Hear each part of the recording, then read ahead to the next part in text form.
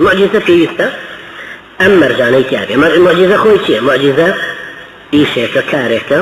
کردەوەیەکە، ئەنجامدانی ڕووداوێکە خارق للعادة، یعنی شتێکی ئاسایی نییە، شتێک ڕوویداوە، شتێک بەدەست یەکێکەوە ئاسایی نییە و ڕوویداوە، مەقڕون بالتحدي، هێزی بربەرەکانەی تایە، غیرەت جوڵاندنی خەڵکی تایە، ڕقهستانی خەڵکی تایە. ئێمە چەند جار ناڵین بە خەڵکی ئەڵێن فەرمووی ئازاوا قورئانێ وەکووە مە بنووسێ، خەڵکی ڕقی ئەڵەسێڵە وڵای ئەڵێ قورئانێ بنووس، ئەڵێن بینووس، زیاتر ئیسارەیەکن ئەڵێن بینووسە قورئانێ، خۆ ئەرزەوە گەزووە مەیدان. مەقڕون بالتحدي سالم عن المعارضة، یەکێکی کە نەیە بێ بەرپەرچی بداتەوە ئیشەکەی لێ تێکداتەوە، پێویستە ئەوە بمێنێ وەکو خۆی بەردەوام بێ، یان شتێکی هەست پێکراوە وەکو دارەکەی سەیدنا موسا، یان شتێکی عەقلیە وەکو قورئانەکەی محەممەد عەلەیهی سەڵات وەسەلام. ڕێساکانی گەردوونە گۆڕێ، ئاگر دەستە سووتێنێ. معجزە ئەوەیە کە تینی گەرماکە لەم ئاگران هەڵگرێ، وەکو خوای پەروەردگار بۆ سەیدنا ئیبراهیم فەرمێ قولنا یا نار كوني بردا وسلاما على إبراهيم، بەو شێوەیە کە ئاگرەکە سارد ببێتەوە، ئەوەندەش سارد نبێتەوە کە زەرەری پێ بگێنێ، سەلامان، شتێکی بەو شێوەیە بێ.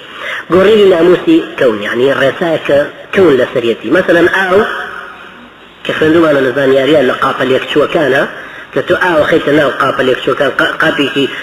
کە لێکچوون هەمویان وەکو یەکوان، ئاوکە وەکو یەک تەوزیع بێ. قاپە لێک نەچووەکان یەک بە هەمان شێوە، یەکیان لە شێوەی ڕەحەتیە، یەکیان لە شێوەی دەورەقێکی مختبەرە، یەکێکە لە شێوەی مەسینەیە، یەکێکە لە شێوەی پەرداخیەکە، هەرێکە لە شێوەی قاپێکە کە ئاوەکەی تریشێکیانە کە حدودیان هەمووی کە لە ژێرەوە هەمویان ڕەبت بنبێتەوە، کە ئاوەکەی تێکەی هەمویانە سنەیەک مستەواوە، بەرزوو نزمیان نابێن، پێڵن ئیستطراب. بەڵام سەیدنا موسا دارەکەی کە چێشا بە ئاوی بەحری دەریای سوورە بۆی بپەڕنەوە، وەختی کە فیرعون بەدوایە هاتبوو کە دارەکەی پێکێشا بوو بە وشکایی شوێنێکیشی بەرزترە لە شوێنێکی تر.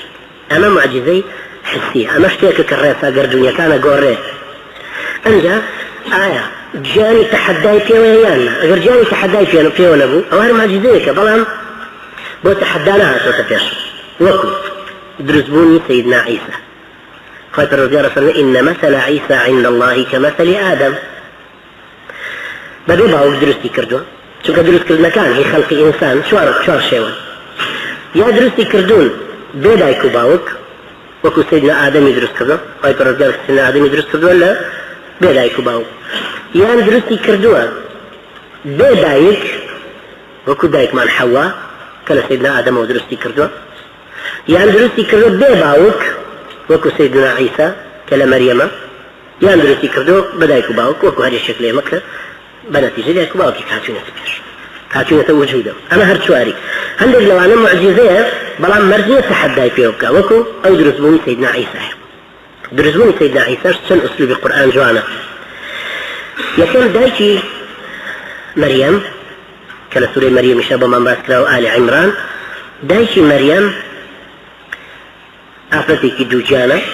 ئەپارڕێتەوە خۆیان مەسئولن لە مەعبەدی خۆیان، لە پەرستگاکەی خۆیان، عائلەیەکی دینین، ڕویان لە ئاخرەت و قیامەت و خۆشەویستی خوایە، کە دووجانە ئەپارڕێتەوە ئەڵێ خوایە ئینی نەذەرت لەکە ما فی بەطنی محەڕەڕە، خوایە ئەم جانەی تریانم کە هەیە، ئەم مناڵە خوایە لە پێناوی مەعبەدەکەی تۆیە، ببێ بە عابیدی مەعبەدەکەی تۆ، ببێ بە خادیمی پەرستگاکەی تۆ، ومێدی شێڵەیە کە کوڕ بێ. بەڵام دواییە فەرمێ ئینی وەضەعتها ئونسا، من مێینەیەکە دامناوە، کچێکە، خۆشیڵە وەلەیسە الذەکەڕ کەلئونسا، نێرینەش وەکو مێینە نییە. بە هەموو تەسەووری خۆی وەکو ئافرەتێک حسابی ئەوەی کردو کە ئەم کچەی کە بوویەتی مەنزیلەی کەمترە لە پیاوێک، لە کوڕێک، بەڵام خوای پەروەردگار بۆی ئیسپات دەکات کە ئەم کچە مەنزیلەی گەورەترە لەو پیاوەی ئەو تەمەنایە کرد، لەو کوڕی کە ئەو تەمەنایە کرد. نایەنێن مەریەم یعنی عابیدە، لە شوێنەکە عیبادەت دەکات، هێشتا کچێکی بچکۆلەیە، زەکەریا بەخێویەکە کە پێغەمبەرێکە معصومە، ئەفەرمێ كلما دخل عليها زكريا المحراب وجد عندها رزقا. هەر وەختێک کە سەیدنا زەکەریا چووە بۆ لای مەریەم سەیری کردووە ئەم ئافرەتە عابیدەیە لە محرابێکە، نوێژەکە لە پەرستگاکەی خۆیان، سەیرەکە ڕزقی لەلایە، خواردنیشی لەلایە، خواردنی ئەو مەنطقەیە نییە، خواردنیشی لەلایە ئەو زەمانە نییە، کە هەموو جارە ئەمە تیکرارە بێتەوە سەیرەکە ئەم ئافرەتە ئەوەندە ساڵحە، خۆشی پیر بووە، ژنەکەشی مناڵی نابێ، لەویا سەیرەکە خوای گەورە فەرمێ هونالك دعا زەکەریا لەویا دوعای کردوتی خوایە بە منیش مناڵێ ببەخش طموحی ئینسان کە سەیرەکە مەریەم خۆی بەم شێوەیە پەروەردە بێت لەم جەوە ئیمانی لەم جەوە خارق العادەیە دروستە بێت ئەویش داوای زۆرێکێکە طبعا سيدنا زكريا كفرمي واشتعل الرأس شيبا خويا سرم قري قرد لبيريا يعني لسرعة يجاوز إن شاء الله زماني شتنا دينا سر أسلوب بلاغة القرآن بوشي ويدعي سيركين أو سيدنا زكريا جل خوي ترجع من على شيء بيبخش أم جارا مريم شيء بينه مريم واقعك خوي لبرشاوة رفقت كبوي دي لبرشاوة وردور جدلوا نفسه تصوراتي لقل أم جوايا رادية لولا سيرك زكريا بيرا من على خزانك شي نزوكا كتي خوي يوري يحيى بيبخشيون أماش خارق العادي ترى بلام أما أسباب كان ماون بو لم جواك جورابي خوي فالوردگار كا فريشتاني ريبولاي ومجدي من على شي بيبخشي كمجدي من على كي بيبخشي أو أترسي جار هركا بيا وكابين لو برزقاي خويا أترسي قالت إني أعوذ بالرحمن منك إن كنت تقيا قال إنما أنا رسول ربك لأهب لك غلاما زكيا ما ترسم من الرأي خوي فالوردگار مو مجدي وات بيبدم كواتو من على كدبه أو طبعا أو اللي ترسيني ودي وكو همو كتك كاشتاشوين كردوا أجزانه سكبر بون يعني شي وأجزانه كأن متفرغ بون عبادته لفرك أن مجدي أو يداته قالت أن لا يكون لي غلام ولم يمسسني بشر ولم أك بغيا شون من عالم هذا باشا من شون نكردو كثيش تخني منك لو هيش بياو قد جنسي بياو شون من عالم هذا